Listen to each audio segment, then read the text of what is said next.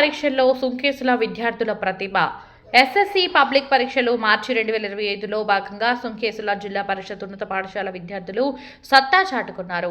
మొత్తం 51 మంది విద్యార్థులకు గాను 34 మంది ఉత్తీర్ణులయ్యారు. వీరిలో అనుముల కావ్య 549, రామదివ్యశ్రీ 541, భీమవరం వెంకట మౌనిక 530, పులిచంద్రకళ 521, అనుముల వెంకట నాగకీర్తి 510, పందిటి తరుణ్ 502, దూదేకుల చిన్న నరసమ్మ 499 మార్కులతో ప్రపంచనం సృష్టించారు. ఉత్తీర్ణులైన విద్యార్థులను పాఠశాల ప్రధానోపాధ్యాయులు పి కృష్ణప్రసాద్ గారు, ఎస్ఎంసి చైర్మన్ పెద్ది మస్తాన్ గారు అభినందించారు.